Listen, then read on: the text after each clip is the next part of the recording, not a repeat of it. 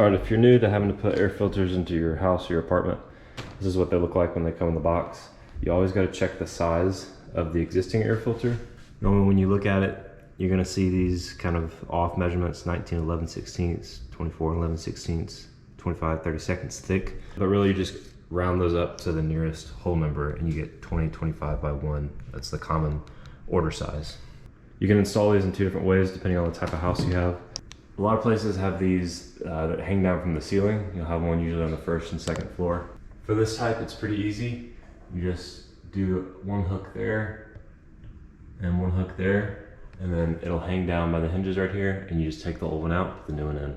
Things to pay attention to, there's always gonna be an arrow right here that tells you which way the air flows. And you're gonna wanna replace these about every 3 months. So you can just stock up on 6 or 7 of them at a time, especially if you have multiple filter locations in the house. But there are some from K&N and other companies that you can make them reusable. So you can take it out, clean it with a kit, and then put it back in. You only have to buy and keep up with one air filter.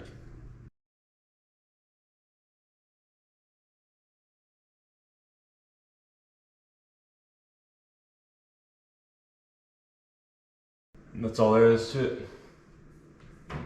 The other way you might have an air filter is just on the air handler itself. So a lot of times this is up in your attic or in a utility closet or in your garage. In my case, it's the garage.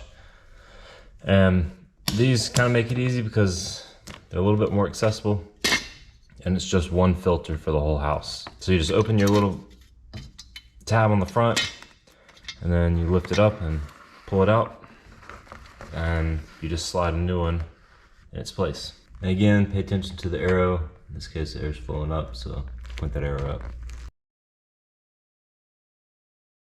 And you just put the guard back on, and that's it.